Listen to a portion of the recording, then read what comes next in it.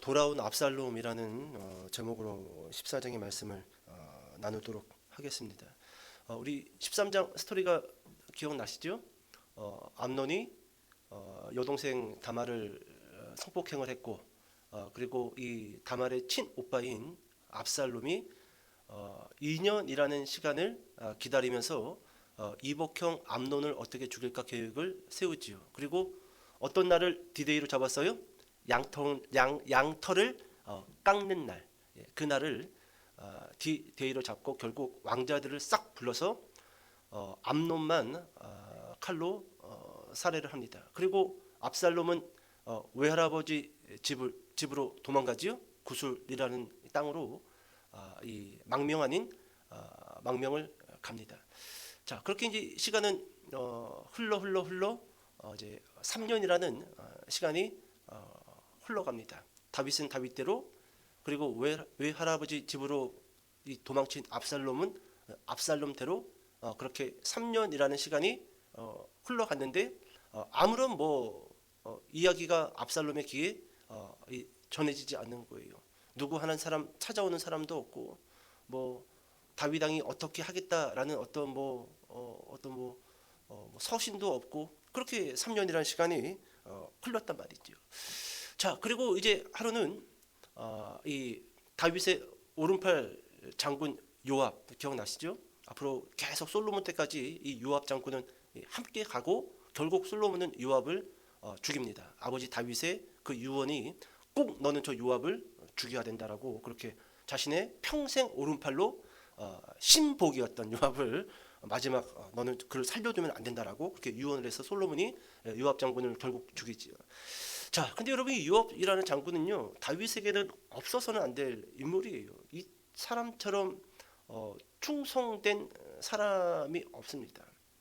지략가고, 그리고 눈치도 빠르고, 싸움은 둘째가라 하면은 이스라엘에서 서러울 정도로 다윗에게는 꼭 있어야 될 사람인데, 자, 이렇게 3년이라는 시간이 흐를 무렵 이 요압이 항상 다윗 주변에 이렇게 왔다리 갔다리 하니까 이 왕 다윗의 마음을 읽게 된 겁니다. 근데 그 다윗 왕의 마음이 어떤 마음이냐 하면은 누구를 향한 마음이 간절할까요? 첫째는 죽은 첫째 아들 암논의 보고 싶음에 간절할 겁니다. 그리고 둘째는 비록 살인자지만 지 형을 죽이고 외할아버지 집으로 도망을 갔지만 압살롬을 보고 싶어 하는 마음도 사무쳐 있는 거예요. 그리고 요압이 쓱 눈치를 보면 이미 알아요. 워낙 두 사람이 같이 사울 왕을 피하여 도망 다녔고, 수십 번 수백 번의 이 전쟁에서 같이 이 피를 뿌려가면서 싸웠던 동지 아닌 또 왕과 신하의 관계이긴 하지만, 그래서 눈빛만 봐도 벌써 무슨 생각을 하고 있는지 알고 있지요. 그래서 여기서 이제 요압 장군이 꾀를 하나 냅니다. 그 꾀가 뭐냐? 이거예요. 이 드고라는 지역에 가서 지혜로운 여인 하나를 데려옵니다. 그러니까 이스라엘 땅에 좀 지혜로운 여자가 있느냐, 말 잘하고 좀 이렇게 지혜가 넘치는 여자가 있느냐. 그러니까 아마 누군가가 드고아에 그런 여자가 있다라고 합니다. 그래서 그 여자를 데리고 옵니다. 그리고 나서 이제 요압이 그 여자에게 이야기하기를 이차 저차 해서 너는 이야기를, 내가 주는 이야기를 잘 듣고 이 이야기를 통해서 너는 다윗 왕의 마음이 압살롬을 향하게 하고, 그리고 향할 뿐만 아니라 그 압살롬을 다시금 이스라엘로 돌아올 수 있도록 그렇게 명을 받아라. 그리고 이야기 하나를 꾸미기 시작을 합니다. 자, 그런데 여러분이 드고아에서 지혜로운 여인이라고 이렇게 본문에 기록되어져 있는데, 이 지혜라는 히브리어가 하캄이에요. 우리 그거 알지요? 암논이 다말을 어떻게 강간할 수 있도록 쑥덕거렸던 강교한 인간 하나 있었지요? 요나답, 그죠? 기억나시죠? 여러분, 이 요나답을 13장 3절에서 강교하다라고 표현했단 말이죠. 그 강교라는 단어가 하캄입니다. 그러니까 봐요, 여러분. 지금 똑같은 단어인데 요나답에게는 강교라고 번역을 했고 드고아의 여인에게는 지혜로 번역을 했단 말이에요. 그래서 여기에 대해서 학자들이 좀 고민이 있어요. 목회자들도 왜 같은 단어를 따로 이렇게 번역을 하고 해석을 했을까? 저도 이 부분에 대해서 조금 고민하니까 뭐 깊이 고민할 건 없을 것 같아요. 우리 그런 거 있잖아요, 여러분. 칼이 누구에게 들려졌느냐에 따라서 그게 강교한 칼이 될 수 있고 지혜로운 칼이 될 수 있어요.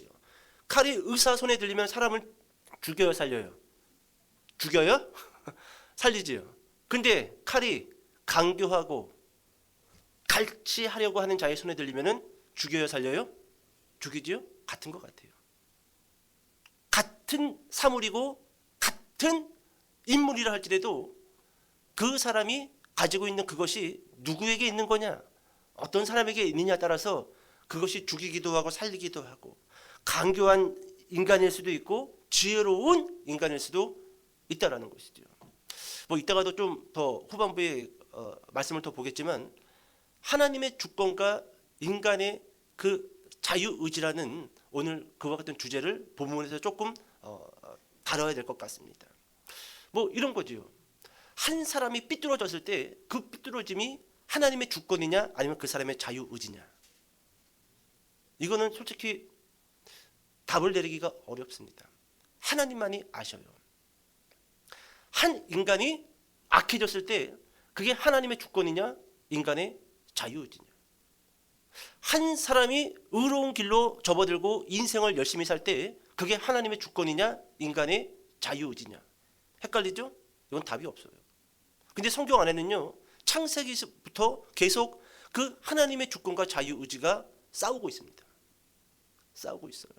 그래서 조금 책을 읽은 목회자들은 이렇게 이야기합니다. 해답 아닌 해답을 줘요. 모든 것이 하나님에게 달린 것처럼 말씀을 붙들고 기도하라. 모든 것이 나에게 달려있는 것처럼 최선을 다해서 일하고 공부하라. 맞아요, 틀려요? 해답 아닌 해답이에요. 인간의 지혜를 짜 모아서 내릴 수 있는 정답 아닌 정답입니다. 하나님의 주권이냐 인간의 자유의지냐. 자, 이제 넘어가서, 자, 이제 한 이야기를 요압과 그리고 드고아의 지혜로운 여인과 쑥닥쑥닥해서 한 이야기를 완성합니다. 그리고 이 여자가 이 장례복을 입고 다윗 왕을 하소연할 게 있다고 찾아가요. 그리고 다윗이 이야기해봐라. 그러자 이 여자가 이제 이야기를 하기를, 저는 남편이 죽고 과부입니다. 근데 두 아들이 있었는데 두 아들이 싸움이 나서 한 아들이 또 다른 아들을 죽여버린 겁니다.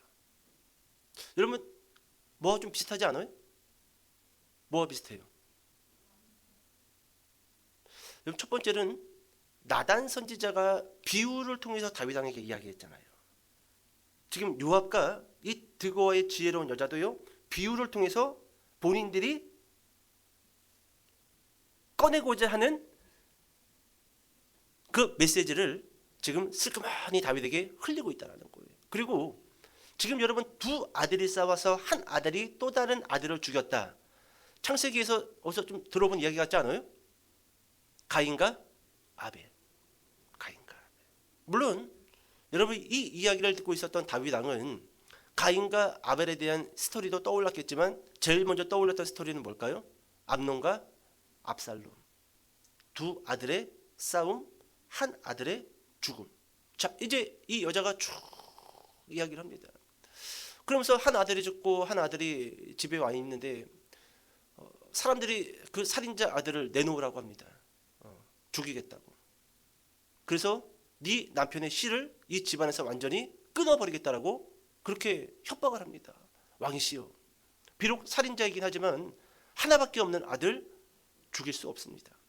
이룰 수 없습니다. 그 이야기를 다윗이 쭉 듣더니 고개를 끄덕끄덕 합니다. 자, 그런데 여러분 여기서 제가 여러분들에게 좀 나누고자 하는 것이 이거예요. 다윗은 그 찾아온 과부의 이야기를 쭉 들을 때 암논과 압살롬의 스토리가 떠올랐고, 다윗도 지금 압살롬을 율법대로 한다라고 한다면 쫓아가서 끌고 와 목을 쳐 죽여야 됩니다. 그럼 첫째 아들, 둘째 아들 다 있는 거예요. 가장 다윗이 곁에 두고 키웠던 두 아들이 한순간에 죽게 된 거예요. 그러니까 지금 이 과부의 심정과 다윗의 심정이 탁 통하지요. 통하지요. 그런데 여러분 여기서 우리가 던져야 될 질문이 뭐냐 하면, 그러면은 부모의 심정을 가지고 살인자 아들을 용서했다라고 한다면 이스라엘 땅에 공의와 정의가 세워질 수 있을까요? 내 아들은 살리고 남의 새끼든 죽이고 힘이 있으니까. 여러분, 정의냐 사랑이냐? 내가 내 자녀이기 때문에 살리고는 싶어. 살인자긴 하지만, 죄인이긴 하지만, 근데 공의와 정의를 비껴갈 수 없단 말이에요. 방법이 있을까요? 실제로 여기에는요, 방법이 없어요. 그냥 내가 하고 싶은 대로 권력이 있으면 하면 되는 게 끝입니다. 그런데 여러분, 지금 이 문제를요 조금 더 확대를 하면은 우리의 창조주 하나님 아버지가 사형 선고가 떨어진 죄인인 인간들을 바라봤을 때의 그 문제와 지금 같은 맥락이에요. 같은 맥락. 다윗은 그것을 해결할 수 없어요. 그 가부도 다윗 왕이 도와주지 않으면 해결할 수 없는 문제입니다. 근데 지금 이 사건에 누가 개입을 하냐면 다윗 왕이 그 가부와 그 하나밖에 없는 아들을 살리고자 하는 그 사건 속으로 개입해 들어갑니다. 개입해 들어가요. 결국 여러분, 인간은 이 문제를 해결할 수 없고 편협되게 재판할 수밖에 없지만 더 큰 문제는 하나님이 이 인간을 사랑하지만 공의대로 심판해야 돼요. 심판해야 돼요. 그리고 이것을 해결하기 위해서 이제 곧 사순절이 다가오고 있죠. 사순절은 왜 이렇게 빨리빨리 오는지 모르겠어요. 여러분, 공의와 사랑의 해답이 뭔지 아세요? 따라해 봅시다. 십자가. 그렇습니다. 그래서 여러분, 십자가를 바라볼 때마다 하나님의 공의와 정의, 그리고 하나님의 사랑을 해결한 열쇠다 라고 우리는 그 십자가를 바라봐야 돼요. 누구를 향한 공의와 누구를 향한 사랑이다? 뭐 다른 사람 이야기도 하지 마세요. 옆 사람 쳐다보지도 마세요. 나를 위한 공의가 십자가에서 이루어졌고 나를 향한 하나님의 사랑이 십자가에서 이루어진 거예요. 이루어진 거예요. 공짜가 아니에요. 그냥 뭐 막연하게 예수 죽이고 너 살렸다? 그게 아닙니다. 그게 아니죠. 자, 이제 좀 넘어가 봅시다. 이 과부의 이야기를 다 다윗이 듣고 이제 다윗이 판결 아닌 판결을 내립니다. 우리 11절, 14장 11절 읽어볼게요. 시작.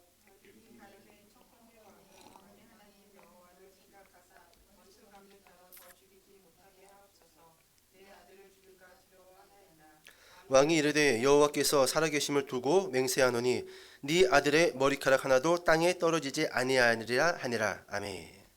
여러분, 다윗이 살짝 뜨뜻미지근하게 대답을 합니다.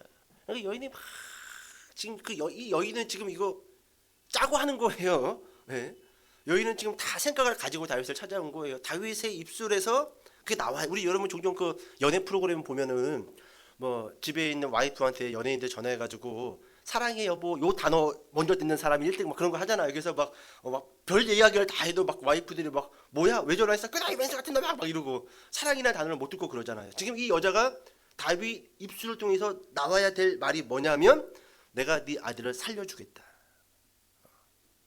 너를 괴롭히는 사람들을 내가 막아주고 보호해주겠다. 이 이야기를 꺼내야 돼요. 예, 꺼내야 됩니다.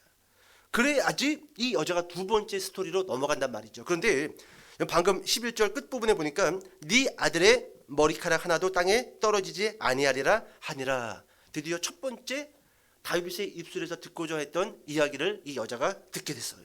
용서지요. 용서. 살인자 아들을 지금 다윗 왕이 용서하겠다. 주변의 사람들이 관여하지 못하도록 내가 너와 네 아들을 보호해 주겠다. 아들의 머리카락 하나도 땅에 떨어지지 아니하리라. 근데 여러분, 지금 다윗은 이 아들이 과부의 아들이라고 생각하고 있겠지만 다윗은 지금 이 아들이 누구라고 지금 생각하고 있을까요? 압살롬이에요. 지금 압살롬을 지금 용서하고 이스라엘로 데리고 오기 위해서 요압과 이 득오와 지혜로운 여자가 말을 맞췄단 말이에요. 그러니까 지금 이 여자는 그 두 아들이 싸웠습니다. 이거 하나 암논이고 하나 그거예요. 압살롬이에요.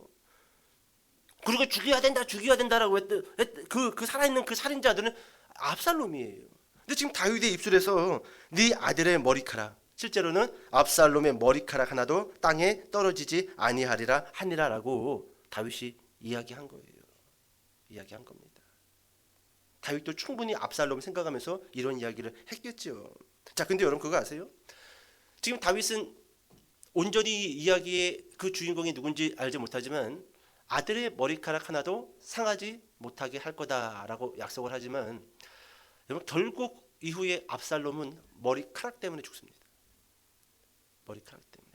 우리가 이제 15장에 좀 들어가서 좀 더 보게 될 텐데 물론 이제 오늘 본문에서도 이 압살롬의 머리카락이 얼마나 이 아름다운 머리카락인지에 대해서 머리카락이 또 아름다운 사람이 있나요?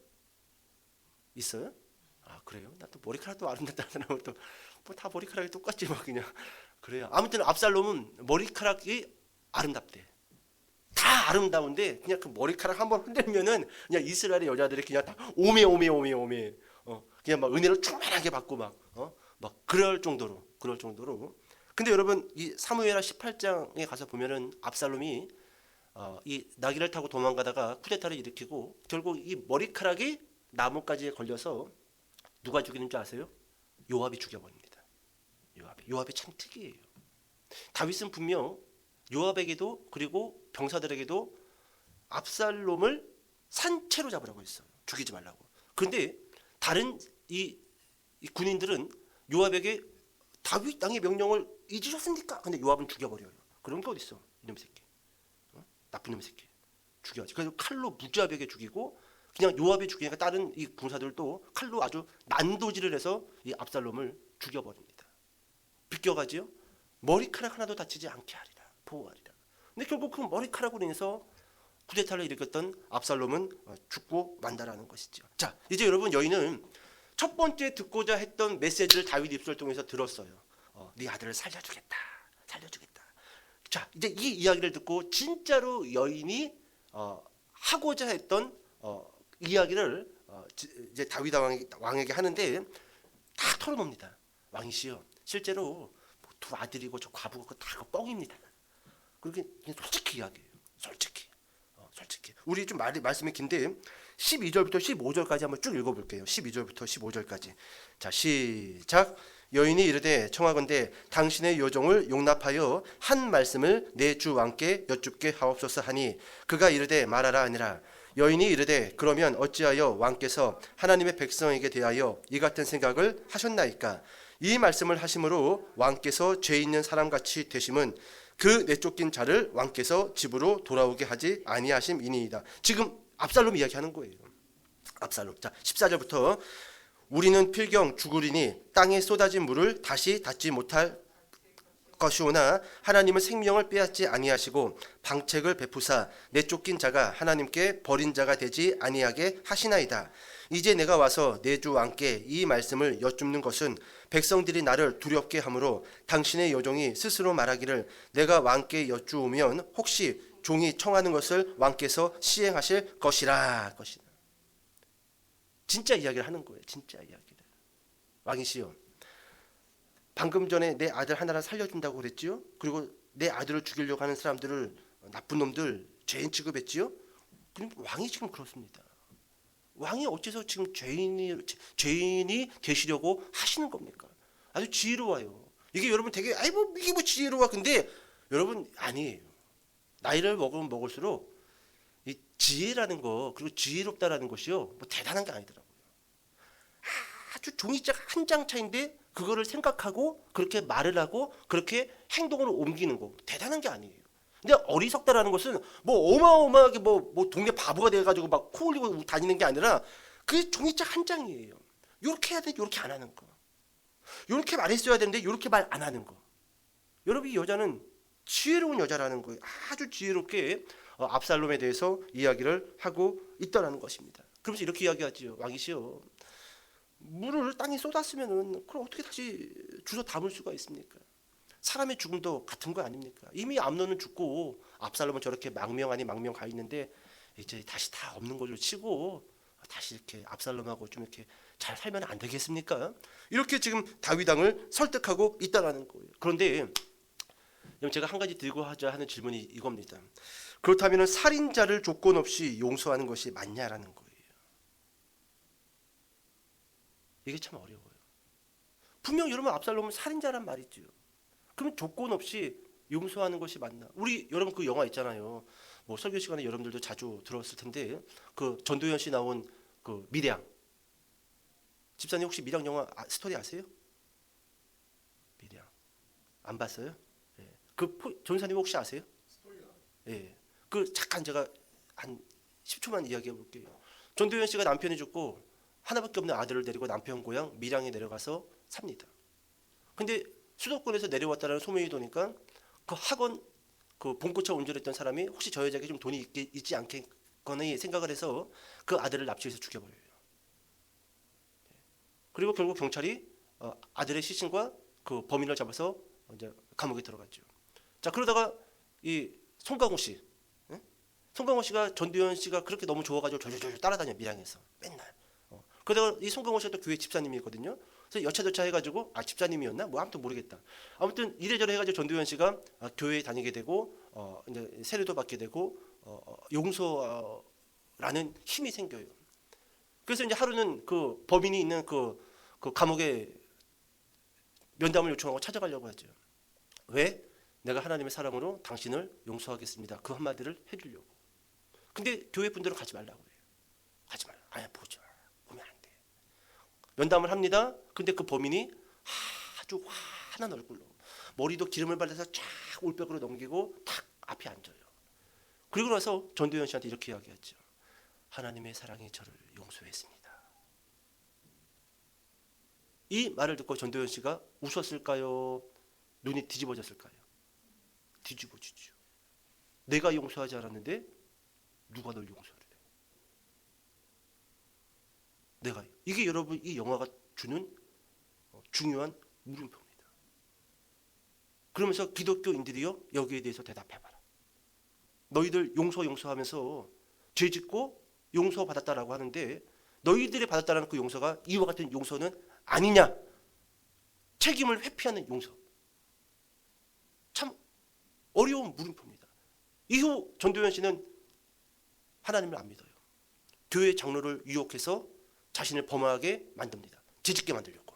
하나님이 싫어하는 짓거리만 골라서 해요.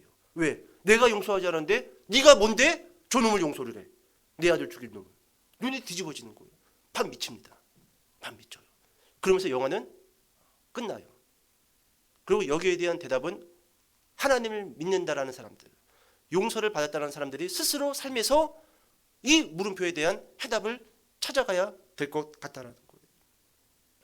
여러분 마찬가지 아닙니까? 아들을 살려주겠다. 그런데 살인자인데 조건 없이 용서해 주는 게 맞는가? 죄인을 조건 없이 용서하는 것이 옳은 것인가? 여기에 대해서 여러분 누구도 맞습니다라고 할 사람은 없단 말이지요. 그런데 제가 조금 전에도 이야기했지만 지금 여기에서 보여주는 이 해결할 수 없는 이 질문과 이 물음표는 곧 공의와 사랑을 하나님은 어떻게 해결하셨느냐라는 그 갈보리산 십자가를 바라볼 때만 오늘 이 문제가 우리에게는 해결되어져요. 해결되어집니다. 무엇으로 해결했다 하나님께서는 십자가로 바로 이 공의와 사랑의 문제를 해결했다라는 것이죠. 자, 이제 좀 설교를 이제 말미로 넘어가 봅시다. 18절에서 21절까지 읽어볼게요. 18절에서 21절 시작. 왕이 그 여인에게 대답하여 이르되 바라노니 내가 네게 묻는 것을 내게 숨기지 말라. 여인이 이르되 내 주 왕은 말씀하옵소서. 왕이 이르되 이 모든 일에 요압이 너와 함께 하였느냐 하니 여인이 대답하여 이르되 내 주 왕의 살아계심을 두고 맹세하옵나니 내 주 왕의 말씀을 자루나 우루나 옮길 자가 없으리이다. 왕의 종 요압이 내게 명령하였고 그가 이 모든 말을 왕의 여종의 입에 넣어 주었사오니 이는 왕의 종 요압이 이 일의 형편을 바꾸려 하여 이렇게 함이니이다. 내 주 왕의 지혜는 하나님의 사자의 지혜와 같아서 땅에 있는 일을 다 아시나이다 하니라.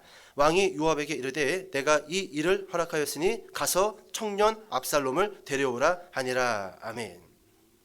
자, 다윗이 딱 간파하죠. 여자가 쭉 이야기하는 거 보고, 너 지금부터 제대로 이야기해라. 혹시 지금 이 돌아가는 이 꼬라지 안에 혹시 요압이 끼어 있느냐? 그러니까 그렇습니다. 요압이 끼어 있는 게 아니라 이 일을 주도한 게 요압입니다. 그럼 여러분 다윗은 마음이 어땠을까요? 좋았어요. 실제로. 왜요? 항상 이게 가시였어요. 압살롬을 어떻게 하지? 근데 지금 이 여자와의 어떤 픽션이라는 그 드라마 같은 이야기를 주고받으면서 그냥 스스로 그냥 해답이 나온 거예요. 내가 네 아들을 용서해 줄게. 아, 그 맞다. 그럼 내가 압살롬을 용서해야겠구나. 용서해야겠구나. 그러니까 이 사건을 주도한 요압이 고마운 거예요. 머리가 지끈지끈 3년 동안 아프고 어떻게 해야 될지 몰랐는데 간단하게 그 드라마틱한 그 여자와의 몇 마디 주고받은 그 대화를 통해서 어떻게 해야 될지가 이제 알게 되어졌다라는 것이죠. 자, 그리고 21절에 가서 청년 압살롬을 데려오라 하니라. 왜 청년이라고 했을까요? 아들 압살롬인데.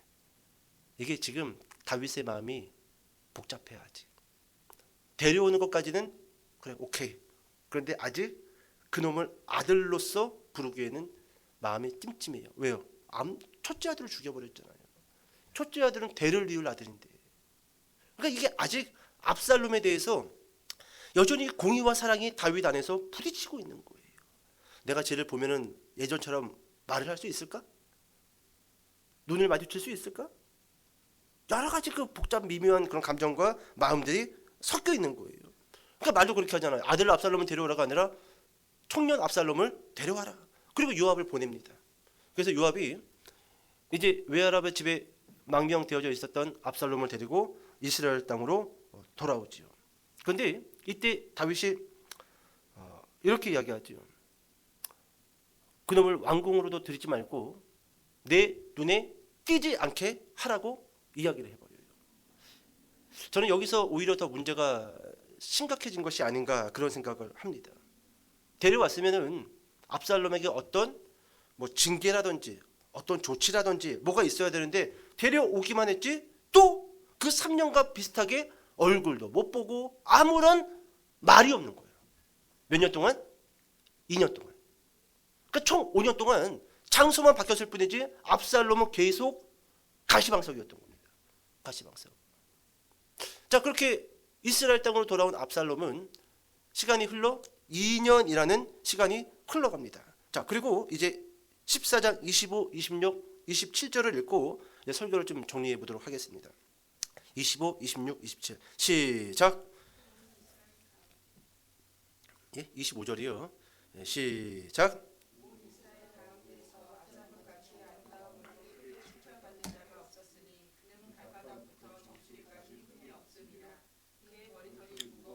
연말마다 깎았으며 그의 머리털을 깎을 때에 그것을 달아문즉 그의 머리털이 왕의 저울로 200세겔이었더라.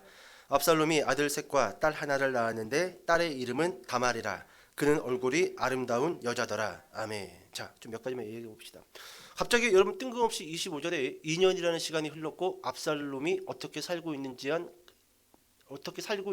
대한 이 가족들에 대한 소개를 갑자기 해주고 있습니다. 보면은 먼저 압살롬 같이 아름다움으로 크게 칭찬받는 자가 없었으니. 얼마나 아름다웠으면은 발바닥부터 정수리까지 이뻤대요. 혹시 여자분들 그런 남자 본 적 있어요?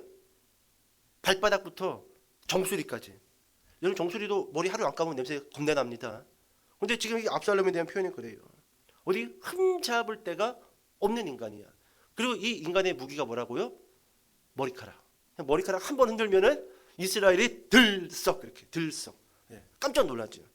그리고 여러분 또 뭐라고 이야기합니까? 머리털에 대해서 이야기를 하는데 그 한 번씩 이놈이 뭐 1년인지 뭐 언제인지 모르겠지만 뭐 한 번씩 연말마다 하니까 1년이겠네요. 연말마다 머리를 깎았는데 한 번씩 이발을 할 때마다 그 무게가 200세겔. 200세겔이면 몇 킬로인 줄 아세요? 2.6kg. 대단한 인간이야, 이 인간은. 머리털이 2.6kg. 그러니까 머리가 그냥 뭐가 두꺼웠던 것 같아. 그리고 막 눈이 막 반짝반짝 막 그 비단처럼 반짝반짝 그랬던 것 같습니다. 한 번 이발하면 그 무게가 2.6kg. 그리고 자녀에 대해서 또 소개해 주는데 27절에 압살롬이 아들 셋과 딸 하나를 낳았는데 딸의 이름이 누구라고요? 다말. 원래 다말이 누구였어요? 여동생. 그래서 학자들은 이렇게 이야기합니다.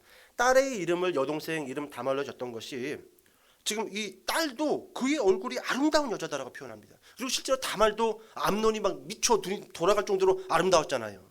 그래서 그 여동생 다말을 좀 위로하기 위해서 딸의 이름도 다말로 지어준 것이 아니겠는가 이렇게 생각을 하던지 뭐 여러 가지 학자들의 견해가 있어요. 근데 중요한 게 뭐냐면 보통 성경은 아들들의 이름만 기록하고 딸의 이름은 기록하지 않습니다. 근데 여기는 지금 바뀌어 있어요. 아들 셋과 딸 하나. 근데 아들 셋의 이름은 없고 딸의 이름만 기록이 되어져 있다라는 거예요. 왜 그럴까? 찾아보니까 우리 하나만 찾아봅시다. 다 끝나가요 이제. 그냥 뭐 얼마 안 가요.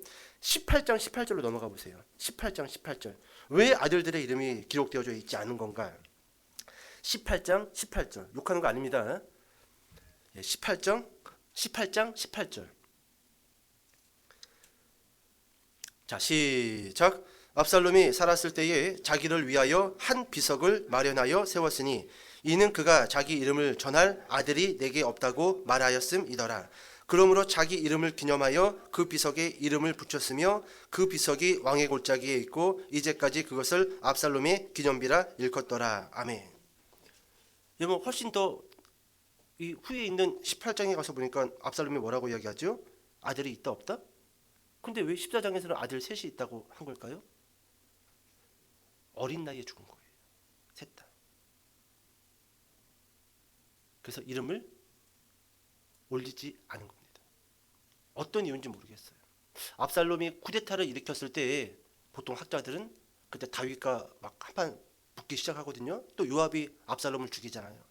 그러니까 이 다윗의 이 충성스러운 이 군인들이 그 압살롬의 아이들 세 아들을 왜 이놈들이 나중에 또 원수를 갚을 수가 있으니까 또 크기 전에 이 갓난 아이들을 다 칼로 쳐서 죽여버린 것이 아니겠는가 그렇게 학자들은 생각을 하고 있습니다. 이제 설교 좀 마쳐봅시다. 자, 여러분 청년 압살롬은 이스라엘에 돌아왔고 그리고 스토리는 잠깐 압살롬의 가족들에 대한 소개로 이어졌습니다. 여러분 이 압살롬은 장수만 바뀌었지 2년 동안 다윗왕 얼굴 본 적이 없어요. 그래서 왕을 직접 만나서 뭔가 좀 결단을 내려야 되겠다 이런 각오를 하고 요압 장군에게 종들을 몇 번 보냅니다. 야, 요압 장군에게 나 좀 보자고 좀 하자. 근데 그때마다 요압 장군이 무시해요. 압살롬에게 서신을 보내지 않는 겁니다. 또 보내도 답장이 없어요. 그래서 어떻게 이 압살롬이 요압을 만날까? 그러다가 이렇게 계획을 세웁니다. 요압의 그 보리밭에 종들을 시켜서 불을 질러버리라고 합니다. 그래가지고 그냥 추수만 기다리고 있는 보리밭이 그냥 활활 타. 그러니까 요압의 종들이 막 가서 장군님, 압살롬의 종들이 보리밭에 불을 질러가지고 지금 다 난리 났으니까 그때 요압이 막 두팔고 그냥 압살롬 찾아오는 거야. 다 잊어버리고, 다 잊어버리고. 그러니까 이 압살롬이요, 얘도 지혜로운 애예요. 한 끗 차이라고 했잖아요. 그렇게 실행을 하고 안 하고. 뭐 요압은 새까맣게 입고 딱 찾아오죠, 압살롬을. 그래서 압살롬이 이야기하는 거예요. 왜 만나자고 하는데 자꾸 피하는 겁니까? 그러면서 당신이 나를 이스라엘로 데려왔으니 당신이 다윗왕 아버지 만나게 주선하십시오. 그래서 요압이 안 되겠다. 그리고 나서 다윗왕을 찾아가서 결국 이러니 저러니 이야기를 하고 아들과 다윗왕이 만나게끔 주선에 성공을 합니다. 그게 33절이에요. 제가 읽어드릴까요? 33절. 요압이 왕께 나아가서 그에게 아뢰매 왕이 압살롬을 부르니 그가 왕께 나아가 그 앞에서 얼굴을 땅에 대어 그에게 절하매 왕이 압살롬과 입을 맞추니라. 왕이 누구와 입을 맞췄다고요? 압살롬과 입을 맞추니라. 자, 한 두 가지만 이야기하고 마칩시다. 지금 여러분 이 압살롬은요 아버지와 화해하고 온전한 용서를 받기 위해서 요압을 통해서 다윗 왕을 만난 것 같지만 여러분 뒷장을 보면은요 이미 벌써 압살롬은 암논을 죽이기 위해서도 2년 동안 계획을 세웠습니다. 그리고 이스라엘에 돌아와서 아무런 연락이 없자 그 2년 동안 다윗 왕을 죽이려고 계획을 세운 거예요. 그리고 그 스타트가 화해의 제스처를 다윗 왕의 마음을 놓게 만드는 거예요. 아버지 죄송합니다. 용서해 주세요. 그러니까 다윗 왕이 그제서야 마음을 좀 풀겠지요. 나도 좀 껄끄러웠는데. 그때 이제부터 정확하게 압살롬은 어떻게 쿠데타를 일으킬지에 대해서 이제부터 발빠르게 움직입니다. 움직여요. 움직여요. 자, 그리고 두 번째로 말씀드리고 싶은 것은 이겁니다. 여러분, 다말의 강간 사건, 그리고 암논의 죽음, 그리고 이 압살롬의 쿠데타의 문제. 여러분, 다윗은 하나님께서 네 집안에 칼바람이 떠나지 않을 것이다. 네 이웃이 네 아내를 100줄 대낮에 네가 했던 짓거리를 할 것이다. 다윗은 그 이웃이 외부에 있을 줄 알았더니 알고 보니까 내부에 있어요. 그럼 여러분 봅시다.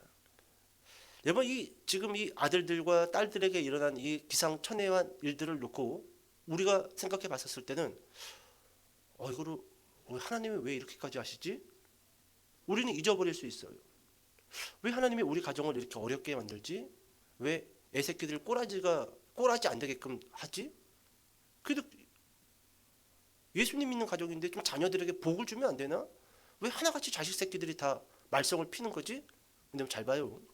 여러분, 그게 하나님의 주권으로 그렇게 됐든지 간에 아니면은 그것이 뭐 내 피를 물려받아서 자녀들이 젖꼬라지로 돌아가는지 우리는 그걸 다 알 수 없습니다. 그런데 여러분, 내가 지금 하나님 앞에서 기도하는 자리에 있다라고 한다면 여러분, 그냥 이렇게 그지 같은 꼬라지로 가정이 돌아간다 할지라도요, 순종해야 돼요. 순종해야 됩니다. 이게 아무리 봐도 하나님의 주권으로 욕거러지가 돌아간다고 하는 거라고 하더라도 여러분, 순종해야 돼요. 그 순종을 온전히 견딜 때요, 그 이후에 여러분 영광을 맛볼 수 있어요. 그때 난리 부르스를 치고 다 깨부시고 끝장내잖아요. 그럼 그걸로 끝이에요. 우리는 여러분 항상 잘됨만 하나님의 관여했다 이렇게 생각하려고 합니다.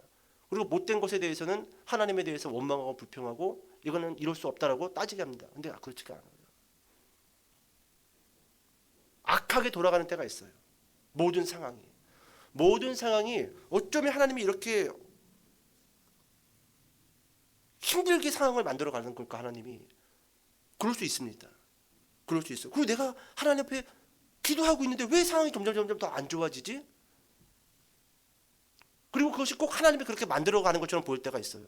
근데 여러분, 그냥 인내하시고 그 순간을 이기려고 하지 말고요, 그 순간을 그냥 그 순간에 가는 대로 하나님께 기도하면서 도망갈 때는 도망가고 또 쫓아가야 될 때는 쫓아가고, 그렇게 우리가 좀 시간을 버틸 필요가 있습니다. 그럼 때가 되면은요, 정확하게 하나님이 나에게 무엇을 보여주고 무엇을 주시려고 그런 어려운 상황과 그렇게 어려운 꼬라지를 당하게 하셨는지에 대해서 우리가 가늠할 수 있다라는 거예요. 이것이 여러분, 하나님의 주권과 인간의 자유의지 안에서 우리가 어떻게 판단하고 우리가 어떻게 자세를 잡아야 할지에 대해서 보여주고 있는 메시지라는 겁니다. 범사에 감사하자.